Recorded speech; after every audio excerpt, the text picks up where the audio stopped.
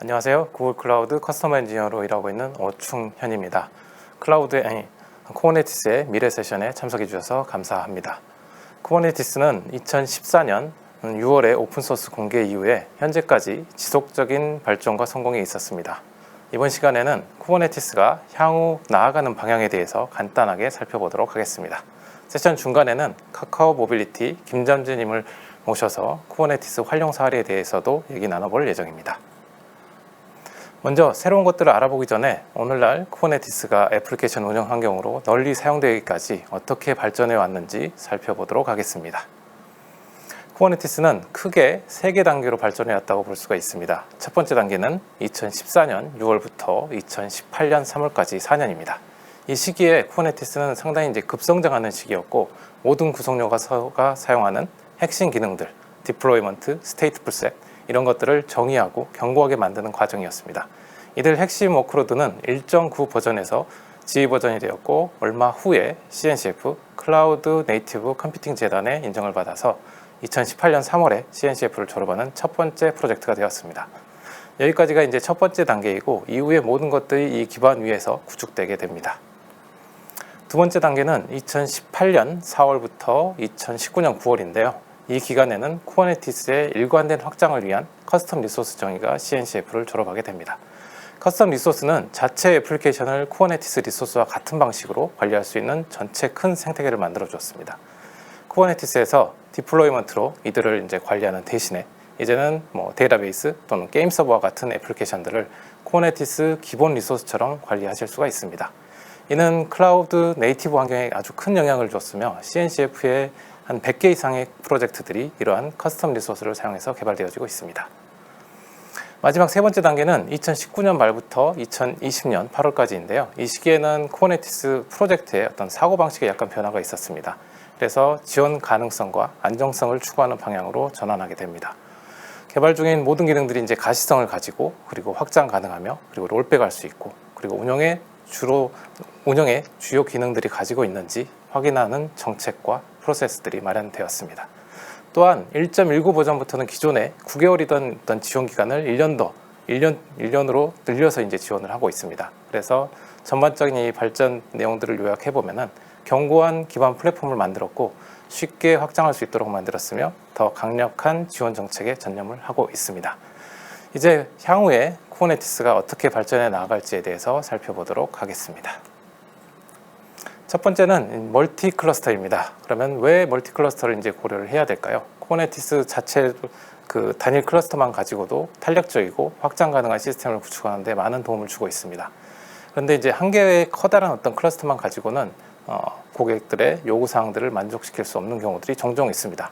첫 번째로는 전 세계의 고객들에게 짧은 응답 시간을 제공하려면 글로벌 가용성이 필요로 하는데, 이는 단일 클러스터로 구축하는 것은 쉽지만은 않습니다. 여러 개의 클러스터를 사용자 가까운 리전에 배치를 하고, 그리고 DNS 또는 로드 밸런스를 사용해서 가장 가까운 지역으로 접속하도록 해서 빠른 응답 시간을 제공할 수 있어야 합니다. 두 번째는 현재 워크로드를 확장해서 클라우드로 버스팅하는 경우입니다. 특히 온프레미스 하드웨어를 클라우드로 이렇게 버스팅하는 경우에 온프렘과 클라우드에 각각 여러 개의 클러스터들을 배치하고 운영하는 게 필요로 하게 됩니다. 세 번째로는 한 개 클러스터만으로도 멀티 테넌시를 제공을 하기 때문에 거기에서 다양한 워크로드를 한 번에 담을 수가 있지만은, 하지만 거기에 기밀 정보 또는 민감 데이터를 다루는 워크로드는 별도로 분리를 해서 보안을 극대화시킬 수가 있습니다. 네 번째로 한 개의 클러스터를 사용해도 여러 개의 노드를 사용하기 때문에 높은 가용성을 제공을 하지만은 여러 개의 클러스터로 부하를 이렇게 분산시켜서 서비스 가용성을 더 높일 수가 있습니다. 이와 같은 이유에서 많은 회사들이 멀티 클러스터를 도입했고, 향후에 또 도입을 검토 중에 있습니다. 자, 이제는 쿠버네티스 클러스터도 또 하나의 새로운 어떤 팟으로 간주해도 되실 것 같습니다. 쿠버네티스 클러스터 관리가 점점 쉬워짐에 따라서 조금 더 애플리케이션 개발에 집중할 수 있게 되었습니다.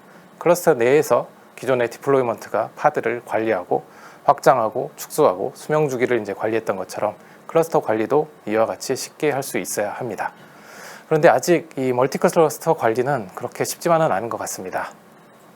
현 시점에서 멀티 클러스터를 구성하고 하는 관련된 기능들이 아직은 계속 발전 중에 있습니다. 그러다 보니까 이걸 사용해서 구성했을 때 약간 복잡한 구성을 가지게 됩니다. 여기 예를 들어서 하단의 클러스터 B에서 일부 어플리케이션이 상단에 있는 클러스터 A에 있는 데이터베이스나 또는 API를 액세스하는 경우에 클러스터 간의 추가적인 연결 작업들이 많이 필요하게 됩니다. 일반적으로 로드 밸런서를 추가하거나 서비스 메쉬와 함께 사용하는데 이는 구성도 매우 복잡하고 결코 쉬운 일도 아닙니다. 따라서 쿠버네티스는 초기에 멀티 클러스터를 이제 고려해 두고 만들어지지는 않았지만은 커뮤니티에서 꾸준하게 이 멀티 클러스터 지원에 대한 필요성이 대두되었고 이를 위한 몇 가지 이니셔티브가 있었습니다. 그 중에서 첫 번째는 이제 멀티 클러스터 서비스 MCS입니다. 이는 클러스터 간의 쿠버네티스 서비스를 공유할 수 있는 방법을 표준화한 새로운 커스텀 리소스입니다. 여러 개의 클러스터를 클러스터 집합으로 정의하고 각 클러스터에 노출할 서비스를 결정을 하면은 나머지는 새로운 컨트롤러가 관리하는 방식입니다. 응용 프로그램에서는 사용할 서비스를 호출할 때 일반 기존의 cluster.local 도메인 대신에 새로운 클러스터 집합 서비스 도메인인 cluster.set.local로 지정을 하시면은 트래픽이 적절하게 라우팅 되게 됩니다. 이 모델이 매우 단순해서 클러스터 간의 네트워킹 및 서비스 검색 등의 어떤 복잡성들을 이제 해소해서 쉽게 사용할 수 있도록 설계되어 있습니다. 그 이면에는 많은 일들이 이루어지겠지만 개발자분들이 그런 부분들을 일일이 신경 쓸 필요가 없습니다. 멀티 클러스터 서비스 API를 통해서 클러스터 간의 통신을 이제 쉽게 할 수 있게 되었는데, 그러면 이 그림에서 보듯이 사용자하고 맞닿아 있는 그 인그레스 부분, 멀티 클러스터 인그레스는 어떻게 해야 될까요? 이를 위한 것이 게이트웨이 API입니다. 인그레스 버전 2.0이라고 생각할 수가 있는데 쿠버네티스 인그레스를 현장에 적용하면서 배운 교훈을 바탕으로 설계되었습니다. 어노테이션의 어떤 과도한 사용들, 이와 같은 문제점들이 많이 있었는데 이 부분들을 해결을 했고, 그리고 앞서 설명드린 멀티 클러스터 서비스가 노출한 서비스 백엔드를 사용해서 글로벌 수준의 멀티 클러스터 인그레스를 관리할 수 있도록 구성되어 있습니다. 그 다음에 이제 구글 쿠버네티스 엔진은 스탠다드와 오토 파일럿 모드 이 두 가지 클러스터 타입을 저희들이 제공을 하고 있습니다. 그래서 이제 스탠다드는 GK의 많은 기능들, 모든 기능들을 이제 제어할 수 있는 반면에 오토파일럿은 클러스터 관리를 단순화하고 추상화해서 구글이 관리해드리는 방식입니다. 그래서 오토파일럿은 강화된 어떤 보안 모델과 파드당 과금 방식을 제공해서 일반적인 워크로드들의 최고의 선택지가 될 수가 있습니다. 하지만 일부 워크로드들은 여기에 적합하지 않는 경우들이 있습니다. 예를 들어 대규모 상태 저장 어플리케이션이나 또는 프리빌리지 모드에서 파드를 실행해야 하는 경우에 오토파일럿 클러스터가 적합하지 않을 수가 있습니다. 이런 경우에 이런 이질적인 두 가지 클러스터를 멀티 클러스터 서비스와 게이트웨이 API를 사용해서 혼용하여 구성하실 수가 있습니다. 즉 일반적인 워크로드는 관리 부담이 적은 오토파일럿 모드 클러스터에 배포를 하고, 특별한 기술 스택이 필요한 애플리케이션은 스탠다드 클러스터에 배포를 하시면 됩니다. 이렇게 다른 타입의 클러스터 간의 통신은 앞서 설명드린 멀티 클러스터 서비스를 활용해서 가능하시게 되고, 전체 사용자의 트래픽에 대한 관리는 게이트웨이 API를 구현한 멀티 클러스터 게이트웨이를 앞단에 두어서 사용하실 수가 있습니다. 그러면 여기까지 멀티 클러스터 지원을 위한 멀티 클러스터 서비스와 게이트웨이 API에 대해서 알아보았습니다. 그러면 두 번째 내용으로 넘어가기 전에 카카오 모빌리티 김잠재님을 모시고 GK 활용 사례에 대해서 들어보도록 하겠습니다. 네. 안녕하세요. 카카오 모빌리티에서 데브옵스를 담당하고 있는 김잠재입니다. 저는 카카오 모빌리티의 GCP 랜딩이라는 제목으로 저희가 구글 클라우드를 도입한 경험을 공유하고자 합니다. 먼저 간단히 저희 회사 소개부터 해보겠습니다. 카카오 모빌리티는 택시, 대리, 주차, 내비게이션부터 전기자전거, 항공, 자율주행에 이르기까지 국내 유일의 완성형 모빌리티 서비스를 제공하는 카카오티 플랫폼을 운영하고 있는 회사입니다. 카카오티는 일상생활에 꼭 필요한 이동 서비스를 온디맨드로 연결함으로써 이용자들은 길에서 택시를 기다리지 않아도 되고 전화로 대리운전 기사님을 부르지 않아도 되는 서비스 경험을 제공하며 생활 속 모빌리티 혁신을 만들어가고 있습니다. 지금도 가입자 수가 계속 증가하고 있으며 현재는 누적 가입자 3천만 명에 이르고 있습니다. 우리나라 경제활동 인구의 95% 이상이 카카오티에 가입해 이용 중이니 국내 모빌리티 서비스를 선도하는 플랫폼이라고 말씀드릴 수 있겠습니다. 이렇게 많은 사용자는 그만큼 많은 트래픽을 발생시킵니다. 저희도 굉장히 많은 트래픽을 받아 처리하고 있습니다. 이를 위해 현재 10만 코어 이상의 컴퓨팅 자원을 사용 중이고 하루 동안 수집하는 데이터량은 수십 테라바이트 이상입니다. 트래픽의 성장세는 분기별 기준으로 100%에 육박하는 상황이어서 내년에는 더욱 폭발적으로 사용량이 늘어날 것으로 예상하고 있습니다.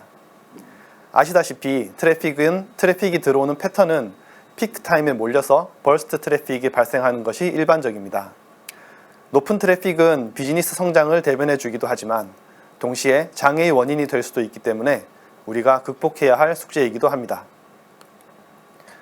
트래픽 변화에 대응하기 위해서는 바로 안정적이고 탄력적인 인프라를 구축하는 것이고, 이를 구현해 놓은 솔루션이 바로 쿠버네티스입니다.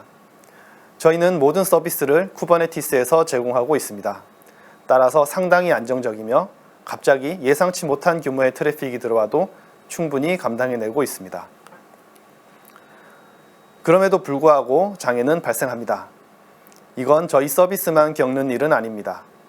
통신사를 비롯하여 모빌리티 외 다양한 플랫폼 업체나 기타 다른 IT 서비스들도 항상 장애는 발생할 수 있습니다.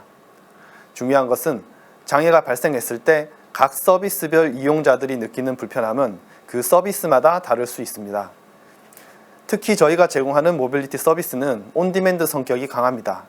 뿐만 아니라 무엇보다 이동이라는 소비는 즉시성이 동반되어야 하는 특수성이 있습니다. 따라서 아주 짧은 장애에도 사용자들이 느끼는 불편함은 매우 크게 다가옵니다. 우리나라 인구 중 경제 가능 인구 95% 이상이 카카오티 플랫폼을 사용하고 있는 만큼 서비스 운영에 있어서도 많은 책임감이 요구됩니다. 기사에서 보시다시피 저희 서비스에 장애가 발생했을 때 즉시 언론 내 기사화되며 여러 시민들이 크게 불편함을 겪었다는 내용을 확인하실 수 있습니다.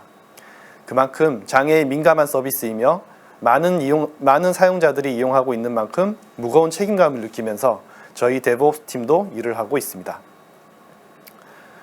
저희는 서비스의 SLA 100%를 매우 중요하게 생각합니다. 누군가는 이제 SLA 100%를 목표로 하는 것은 바람직하지 못하다. 장애는 어떤 시스템에서나 있을 수 있다라고 하더군요. 그러나 고객에게 전파되지 않도록 더욱 최소화하도록 노력할 수는 있습니다. 저희는 이동과 직결되는 서비스인 만큼 단 한 건의 불편함도 용납할 수 없다는 무한한 책임감을 가지고 있습니다. 그래서 서비스의 SLA 100% 달성을 매우 중요하게 생각합니다. 이러한 미래를 만들어 나가기 위해 저희 인프라가 어떻게 발전하고 있는지 말씀드리겠습니다. 우선 안정적인 서비스를 제공하기 위한 구성으로 쿠버네티스 클러스터 하나만으로는 부족했습니다. 그래서 클러스터를 이중화하였습니다. 서비스별로 클러스터가 나누어지기도 했는데 이러한 멀티 클러스터의 운영은 클러스터가 늘어날수록 복잡도가 올라갑니다. 또한 각 서비스 개발팀마다 개발자들이 클러스터 운영 능력을 갖추어야 했습니다. 다음으로는 데이터 센터를 이중화하였습니다. 이는 가용성을 향상시켰을 뿐 아니라 인프라를 탄력적으로 운영하는 효과도 있었습니다. 이중화에 이어 점점 더 많은 데이터 센터를 운영하면서 유연하게 자원을 활용하고 있지만 최근 전체 사용량이 늘면서 데이터 센터도 전체적으로 운영 비용이 계속 증가하고 있습니다. 따라서 더욱 안정적이면서도 탄력적인 인프라를 필요로 하게 되었는데요. 이제 다음은 뭘까요? 바로 클라우드 수준의 이중화입니다. 저희는 여러 벤더사들 중 쿠버네티스를 가장 오랫동안 그리고 안정적으로 운영해온 구글 클라우드를 선택하였습니다. 어쩌면 클라우드 이중화도 부족할 수 있다고 생각합니다.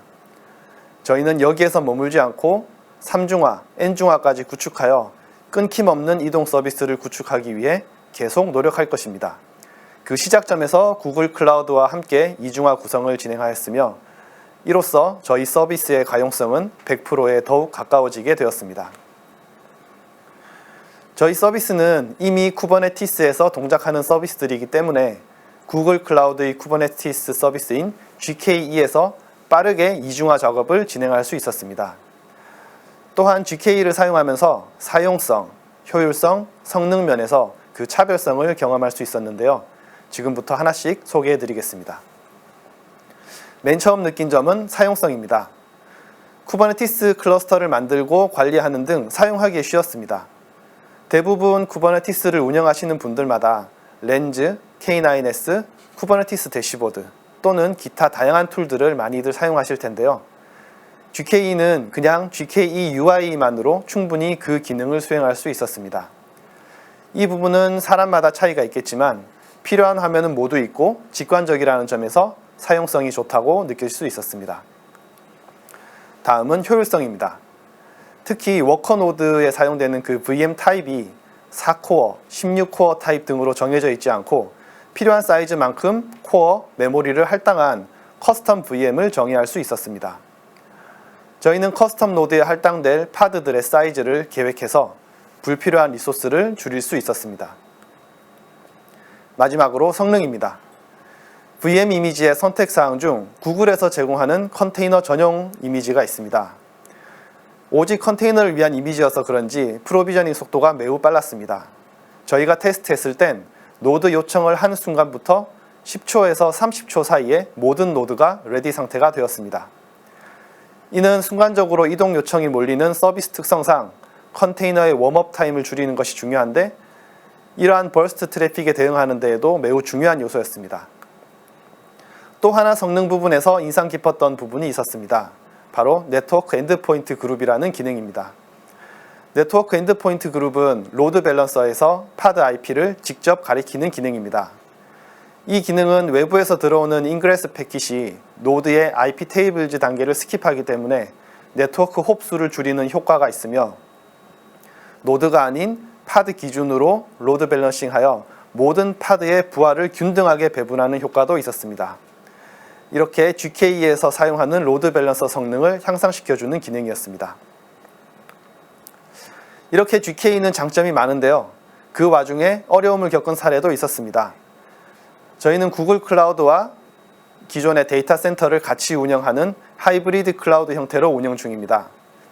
따라서 데이터 센터에서 사용 중인 그리고 미래에 계획 중인 IP와 충돌나지 않도록 주의를 기울여야 했는데요. GKE는 파드, 서비스에서도 IP를 소모하기 때문에 다른 데이터 센터에서 사용하지 않으면서도 아주 큰 범위의 내부 IP 대역을 찾아야 했습니다. 이러한 문제를 구글 엔지니어 분께 도움을 요청드렸고 서로 긴밀한 협업을 통해 잘 해결할 수 있었습니다. 그 외에도 지속적으로 질의와 응답을 반복하며 구글 클라우드 위에서 안정적으로 서비스를 운영하고 있습니다. 이제 더 많은 서비스를 효율적으로 운영하기 위해 서비스 메쉬 시스템을 구축을 준비하고 있습니다. 그리고 개발과 운영의 밸런스를 위한 SRE 시스템도 준비 중입니다.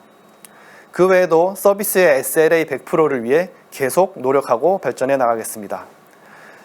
저희 서비스에 구글 클라우드를 도입하는 데까지 열심히 지원해 주시고 적극적으로 도와주신 구글팀과 메가존 팀에게 다시 한번 감사의 말씀을 드리며 마치도록 하겠습니다. 발표를 들어주셔서 감사합니다.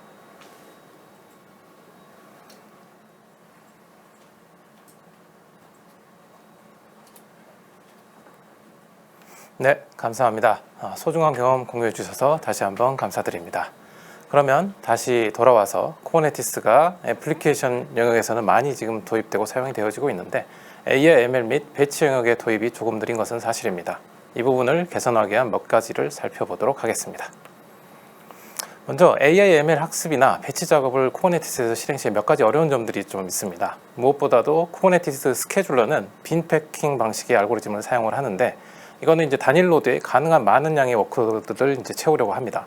반면에 배치 작업은 리소스를 최대한 당겨서 빠르게 처리하기 위해 방식으로 이제 리소스를 할당을 받는데 이는 이제 쿠버네티스 스케줄러하고 약간 반대되는 경향으로 설계되었다고 볼 수가 있습니다. 또한 작업 실행 시에 어떤 사용할 수 있는 리소스가 이제 충분한지 이거를 대기하는 코 스케줄링 개념도 지원을 하고 있지 않은 부분이 있습니다. 그리고 이러한 이제 배치 프로그램들은 대부분 애플리케이션 또는 기본 시스템, 호스트 OS 등의 많은 튜닝들을 필요로 합니다. 대규모 배치 작업을 이제 빠르게 처리를 해야 되기 때문에요. 그리고 또한 이제 수십만 개의 작업을 실행해야 되는 경우 이 정도의 규모를 이제 처리할 수 있는 확장성과 그리고 최고 성능으로 동작을 해야만 합니다. 이러한 부분들을 이제 개선하기 위한 몇 가지 기능들이 이제 개발 중에 있지만은 특히 병렬 배치 처리를 이제 쉽게 할 수 있는 한 가지를 살펴보도록 하겠습니다. 쿠버네티스에서 여러 잡을 어떤 병렬 배치를 처리할 때 일반적인 패턴은 작업 큐를 이제 사용하는 방식이 되겠습니다. 처리할 데이터를 여러 개의 세트로 쪼개고 작업 큐를 통해서 여러 워커에 할당하는 병렬 처리 방식이 되겠습니다. 쿠버네티스는 자체적으로 이와 같은 워크플로우를 지원하지 않고 있어서 처리된 내용을 추적하기 위해서는 어떤 펍석과 같은 다른 외부 작업 큐 시스템이 필요로 합니다. 그리고 이제 작업 큐를 통한 어떤 작업 관리 로직도 추가적으로 배치 작업에 구현이 되어야 합니다. 현재까지는 이제 많은 고객분들이 이런 병렬 배치 작업을 처리하기 위해서 여기 있는 작업 큐 방식을 많이 사용을 해왔는데, 이제는 이제 쿠버네티스가 이 기능을 기본적으로 제공하려고 합니다. 그 부분을 살펴보도록 하겠습니다. 그래서 이제 쿠버네티스 1.21 버전부터는 잡의 어떤 새로운 완료 모드인 인덱스 잡이 추가가 됩니다. 그래서 작업 완료 모드를 인덱스로 지정을 하게 되면 각 파드에 0부터 시작하는 인덱스 식별자가 부여가 됩니다. 현재는 인덱스가 이제 환경 변수를 통해서 파드에 전달이 되고, 향후에 이제 스테이트풀 셋과 유사하게 파드 이름에도 인덱스를 부여하는 게 개발 진행 중에 있습니다. 사전에 약간 이 데이터 세트는 이제 설계가 좀 필요합니다. 근데 이제 외부 시스템을 사용할 필요가 없어지고, 그리고 작업 큐에서 처리할 데이터 정보를 가져오는 코드도 별도로 구현할 필요가 없습니다. 이는 처리할 데이터셋을 각 파드에 정적으로 할당하는 기본 방식을 제공한다는 것입니다. 이게 언뜻 보면은 별것 아닌 것처럼 보이지만은 많은 문제들을 해결해 줄 수 있을 것입니다. 이외에 추가적으로 개발 진행 중에 있는 다른 기능들도 간단하게 살펴보도록 하겠습니다. 그 밖에 어떤 이 배치 워크로드 개선을 위해서 몇 가지들이 있는데, 첫 번째는 이제 스케줄러 프레임워크가 있습니다. 쿠버네티스의 모든 리소스를 이제 같은 스케줄러를 이제 사용하는 대신에 다양한 스케줄러를 사용할 수 있게 되었습니다. 그래서 다양한 워크로드 타입에 따라서 다른 스케줄링 프로파일을 할당하고, 또한 스케줄링 자체를 확장하고 사용자 지정하는 것이 훨씬 쉬워졌습니다. 두 번째는 이제 배치 작업들 이런 거를 일시 정지할 수 있는 기능도 같이 추가가 됩니다. 즉 우선순위가 높은 작업을 스케줄링 하는 경우에 이 작업이 완료될 때까지 우선순위가 낮은 작업을 일시 중지시킬 수가 있습니다. 스케줄링을 따로 변경할 필요가 없이 우선순위가 더 높은 작업이 완료되면 낮은 순위의 작업들을 다시 시작할 수가 있게 됩니다. 마지막으로 이제 배치 작업들을 이제 많이 하는 시스템 같은 경우 한 번에 수십만 개 작업을 이렇게 시작을 하는 경우가 있는데, 이렇게 이제 수십만 개의 작업을 런칭을 하는 경우에 단시간에 쿠버네티스 API 서버에 많은 요청들이 발생을 하게 됩니다. 이를 이제 페어 큐잉 방식으로 처리할 수 있는 기능이 추가돼서 안정적으로 대규모 작업들을 수행할 수 있는 기능들이 추가됩니다. 이 모든 것들이 이제 결합돼서 AI, ML 및 배치 워크로드를 훨씬 더 쉽게 실행할 수 있도록 바뀔 것으로 기대하고 있습니다.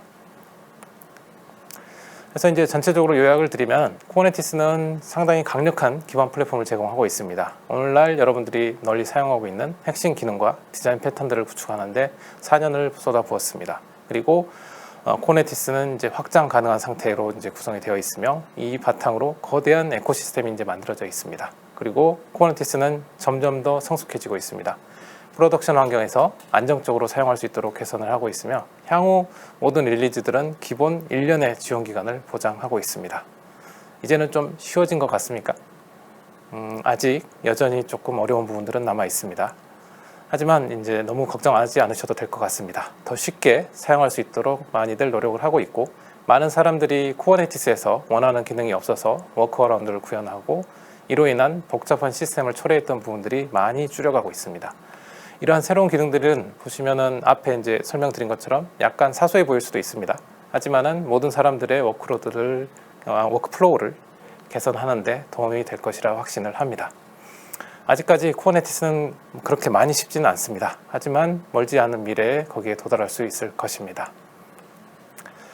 오늘 제가 말씀드린 내용들 중에 보면은 조금 구체적으로 알고 싶으신 부분들이 있으실 건데요. 그 중에 여기 나와 있는 것 중에 두 번째에 있는 Running Kubernetes with Google 플레이리스트를 가시면은 오늘 제가 설명드린 멀티클러스터 서비스, 게이트웨이 API, 인덱스드 잡 등에 대한 수행 방법에 대한 영상들, 그리고 상세한 정보들을 확인해 보실 수가 있습니다. 지금까지 구글 클라우드 오충현이었습니다. 경청해 주셔서 감사합니다.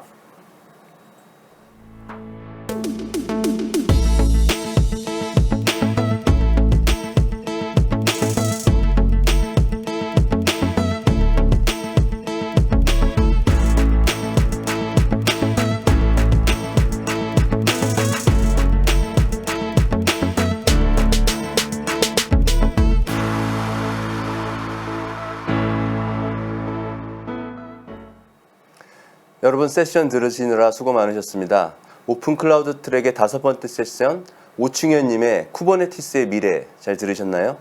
충현님과 함께 라이브 Q&A를 진행하게 된 커스터머 석세스 매니저 백현입니다. 세션이 진행되는 동안 남겨주셨던 질문부터 살펴보고 답변 드리도록 하겠습니다. 먼저 첫 번째 질문입니다. 멀티 클러스터 서비스 그리고 게이트웨이 API를 테스트해 볼 수 있을까요? 라는 질문이었습니다. 네, 아주 좋은 질문인 것 같습니다. 네, 지금 현재 가능합니다. 해당 기능은 쿠버네티스 1.20 이상 버전에서 지원을 하고 있는데요. GK를 이제 사용을 하시면은 거기에 여러 가지 버전들을 이제 선택을 하실 수가 있습니다. 그래서 1.20 또는 1.22를 선택하시고 클러스터를 만드시면은 GK 게이트웨이 API 또는 아까 설명드린 멀티 클러스터 서비스 MCS를 쉽게 테스트해 보실 수가 있고, 그리고 관련된 어떤 튜토리얼이나 문서들을 GK 가이드에서 쉽게 찾아보실 수가 있습니다. 네, 감사합니다. 명확한 답변이 되셨을 거라고 생각합니다. 그럼 두 번째 질문 드릴게요. 우선순위가 낮은 배치잡을 일시 중지할 수 있다라고 하셨는데 일시 중지하면 실제로 어떤 일이 발생하는지 질문 주셨네요. 네네. 그렇습니다. 이게 잡을 일시 정지하게 되면은 이거는 이제 쿠버네티스 API 서버단에서 파드에 시그텀 시그널을 이제 전송을 해주게 됩니다. 그러면은 그 잡은 현재 이제 수행적인 작업을 어느 정도 이제 다음에 다시 재개할 수 있도록 하는 작업들을 그 시그널을 받았을 때 처리를 해주고 그러면은 이게 이제 종료되는데, 기존에도 이렇게 이제 동일한 방식으로 잡을 중지시킬 수는 있었습니다. 그런데 이게 잡이 삭제되어 버리기 때문에 이거를 히스토리나 이런 것들을 관리하기 상당히 어려웠었는데, 지금 이거는 잡을 서스펜드 하시게 되면은 그거에 대한 그 잡 오브젝트가 그대로 남아 있고 그거를 다시 재개했을 때 로직에서 거기서 구현한 그 이전 시점부터 처리할 수 있도록 구현이 가능하게 됩니다. 네, 답변 감사합니다. 자, 그럼 충현님 마지막 질문 하나만 더 네. 받아볼까요? 네, 서비스 메쉬를 사용해도 멀티 클러스터 간에 통신을 할 수 있다는데 어떤 점이 다른가요? 라고 주셨네요. 네, 좋은 질문인 것 같습니다. 이것도 서비스 메시는 보시면은 별도 어떤 컨트롤 플랜, EGCO 컨트롤 플랜을 이제 설치하고 팟에 사이드카 프록시가 이제 주입돼서 서비스 검색 및 통신을 제어할 수 있는 그런 구조를 이제 가지게 되는데요. 이를 통해서 어떤 가시성 제공이나 서비스 통신 어떤 정책 적용, 그리고 트래픽 스플리팅 등을 할 수 있지만은 약간 오버헤드가 있는 편입니다. 그래서 단순히 앞에서 이제 멀티 클러스터 간 통신이나 트래픽을 인그레스를 통해서 멀티 클러스터로 배포하는 그런 기능들만 필요할 때는 앞에 설명드린 MCS, 그러니까 멀티 클러스터 서비스, 그리고 게이트웨이 API를 통하시면은 쉽게 구현이 가능할 거라고 생각이 됩니다. 네, 세 번째 질문까지 답변 감사드립니다. 질문 여기서 마치기로 하고요. 저희는 이제 트랙3 오픈 클라우드의 마지막 세션을 소개해드리고 인사드려야 될 것 같습니다. 저희 다음 세션은 커스터머 엔지니어이신 김원진님께서 오토파일럿으로 완벽하고 안전한 쿠버네티스로 전환하기라는 제목으로 리디의 만타, 그 글로벌 웹툰 플랫폼이죠. 이 제품팀의 테크리더 김희균님과 함께 쿠버네티스 인프라를 관리하는 대신 워크로드 배포에 집중할 수 있고 집중할 수 있도록 지원하는 GK 오토파일럿 모드, 이거에 대해서 발표를 해주시겠습니다. 다음 세션도 많은 시청 부탁드립니다.